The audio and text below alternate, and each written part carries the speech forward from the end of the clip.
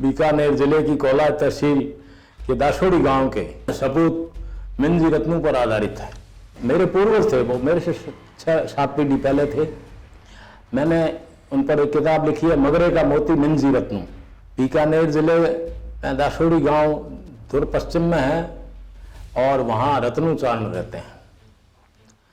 रत्नोचारण परंपरागत निवासी है उस इलाके के। उनमें एक सपूत हुए थे चैनदानजी रत्नों।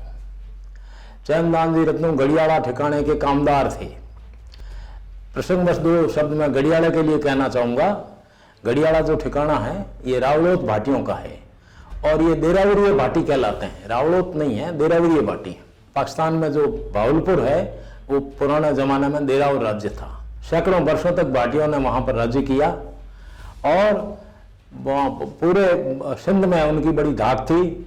अंत में उनके एक दीवान थे, कामदार थे, बावल खां, वो बने। उस समय रावल जालम सिंह थे। बावल खां थे वो दुष्ट प्रकृति के थे, तो उनके मन में आ गई, रावल जी के मन में आ गई कि ये अपने को धोखा करेंगे, मार देंगे। तो रावल जी अपना भरा पूरा राज छोड़ करके और कोलायत आ गए, अपना लवाजमा लेकर के, अपने रणवास और कुछ थोड़े बहुत सैनिक, खजाना वगैरह।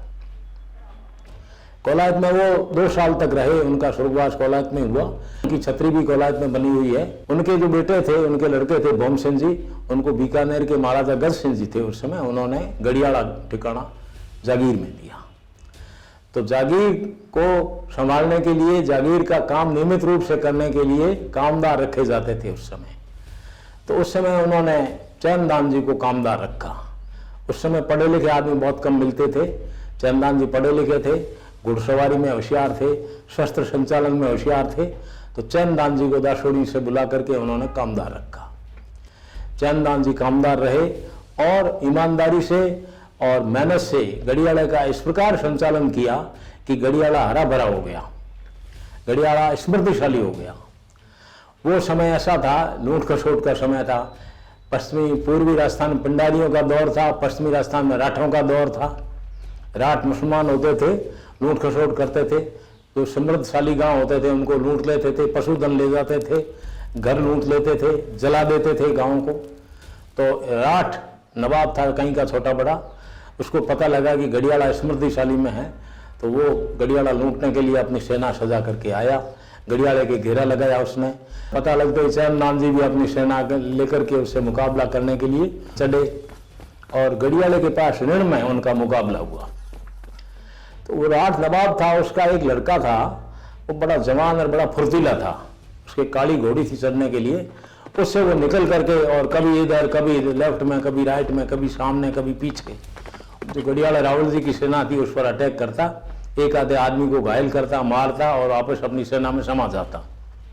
तो गढ़ियाड़ा वाले आतंकित हो उठे। तो चैनदान जी कहा कि इस तरह से अपने को एक एक करके मार देगा ये। चैनदान जी कुशल निशानेबाज थे। आज लमसर देखने के लिए नहीं मिलती है, लेकिन उस समय लमसर बंदूक का प्रयोग होता था। उसकी एक जाम की जलाई जाती थी और निशाना लगा करके और उसके कान में जाम की लगाई जाती, तब वो निशाना भेद करती बंदूक। इस प्रकार चैनदान जी ने उसको देखा किधर से निकल रहा है, वो जाम की लगाई, निशाना भेद किया और वो राठ का लड़का मारा गया। राठ के लड़के को मारे जाते ही जवान लड़का था, राठों की फौज भाग छूटी, बिखर गई, गढ़ियाड़ा बच गया। चैनदान जी का धन्य धन होने लगा। राठ नवाब था, जो छोटा सा नवाब था, उसके मन में एक ही उसके बेटा था। उसके मन में बड़ा दुख हुआ कि एक लड़का था मारा गया, तो उसने रोटी पानी छोड़ दिया। अंत में उसके जो कामदार थे उन्होंने उसको दिलासा दी कि आपका शहजादा था वो युद्ध में मरा है, लड़ाई में मरा है, वीरता से मरा है, काम आया है, तो आप उसके लिए इतना दुख मत करो, अपन पता करते हैं वो कौन था मारने वाला, उससे बदला लेते हैं। तो उन्होंने हीरों को भेजा। आज जिनको हम खुफिया कहते हैं, CID कहते हैं, उस समय उनको हीरा कहा जाता था। वो हीरे बड़े कुशल होते थे, कई तरह की भाषाएं बोल सकते थे, कई तरह की वेशभूषा बदल लेते थे। तो वो सन्यासी का वेश करके गढ़ियाड़े में आए और गढ़ियाड़ा कोर्ट के पास आकर के उन्होंने डेरा लगा दिया। गढ़ियाड़ा गांव के लोग आते रहे, उनको हुक्का छिलमा पिलाते, बातें करते, पूछते भाई गढ़ियाड़ा लूटने के लिए कौन आए थे, कैसे थे। तो गांव के लोग साधारणतया सरलता से सब बात बता देते कि इस तरह से आए थे राठ और हमारे कामदार थे, उन्होंने उसके राठ के बेटे के गोली मारी, वो मर गया। चारण है वो, चैनदान जी नाम है और दाशोड़ी का है। और खारोड़े उनका ससुराल है। खारोड़ा भी सिंध में था, राठों के इलाके में। तो अब वो खारोड़े जाएंगे अपने धर्मपत्नी को लेने के लिए। उनके पुत्र हुआ है मिंजी, तो वो लाने के लिए गए। 6 महीने के मिंजी हुए तब वहाँ अपने धर्मपत्नी को लेकर के निकले। तो राठ के सीआईडी लगे हुए थे पहले से ही। तो 2-3 कोस खारोड़ा गांव से बाहर आए तो दोनों तरफ से उन पर अटैक हमला हुआ। हमले में वो मारे गए, उनका सिर वहीं रह गया और धड़ थी वो उनकी घोड़ी थी वो लेकर के वापस खारोड़े आ गई। उनकी धर्मपत्नी ने रो पीट करके अंत में उनका सिर उठाया, बैलगाड़ी में थी वो भी वापस आ गई अपने बाप के घर। रात को ला करके उतारा, सुबह उनका हलावा चला हुआ और वो उनकी धर्मपत्नी भी उनके पीछे सती हो गई। मिंजी बच्चे उनके 6 महीने के लड़के बच्चे थे। इधर गढ़ियाले में पता लगा, दाशोड़ी में पता लगा तो लोगों को दुख हुआ। गढ़ियाले रावल जी थे, उनकी रानी जी थी जो उनकी धर्मपत्नी थी, वो गढ़ियाले रावल जी को बार बार कहती कि चैनदान जी अपने लिए काम आए हैं, अपने लिए मरे हैं, तो उनका जो लड़का है उनको यहाँ लाओ, मैं उसका पालन पोषण करूंगी। तो गढ़ियाले रावल जी कहते कि अभी बच्चा है, छोटा है, बड़ा होगा तो ले आएंगे। कि नहीं, लाओ। अंत में उनको ले आए यहाँ। और गढ़ियाले रानी जी ने उनका इस प्रकार प्यार से लालन पालन किया। उनके एक लड़की हुई थी उन दोनों में, तो एक तरफ का स्तन, एक तरफ का आंचल उनको चुंगाती, दूसरी तरफ का मिंजी को चुंगाती। इस तरह से करके उन्होंने मिंजी का पालन पोषण किया। मिंजी बड़े हुए, जवान हुए, पढ़ाई लिखाई की, योग्य बने। अंत में उनको कामदार बना दिया गढ़ियाला ठिकाने का। गढ़ियाला ठिकाने का फिर वो संचालन करने लगे अपने पिताजी की तरह ही। उन दिनों में गढ़ियाला रावल जी की लड़की का विवाह बीकानेर महाराजा सरदार सिंह जी के साथ तय हुआ।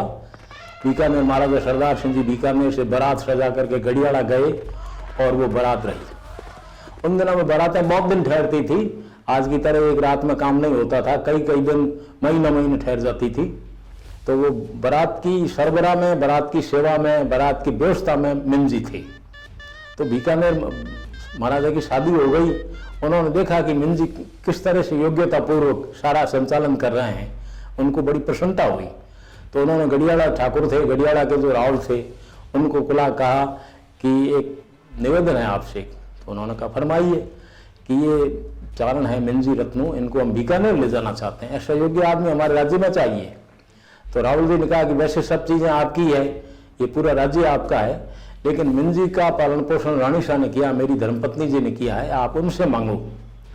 तो बीकानेर महाराजा ने अपनी सास जी को कहा कि हुक्म, ये मिंजी रत्नू है, ये मैं देव हम बीकानेर ले जाना चाहते हैं। तो वो बहुत समझदार थे गढ़ियाला रावल जी की धर्मपत्नी। उन्होंने कहा कि हुक्म, ये मिनिया है छोटा सा, इसको मैंने पाल पोष के बड़ा किया है, लेकिन आप गोबर करो तो मैं दूंगा आपको। तो वो समझ गए उनके संकेत में। उन्होंने कहा हुक्म, गोबर करेंगे आप, देवो हमें। तो मिंजी को बीकानेर ले आए। मिंजी को बीकानेर ला करके आज जहाँ गंगा थिएटर है वहाँ उनको डेरा बना करके दिया और गोविंदसर गांव की जागीर थी। गढ़ियाला के पास एक गोविंदसर गांव है। गोविंदसर उस समय सुना था।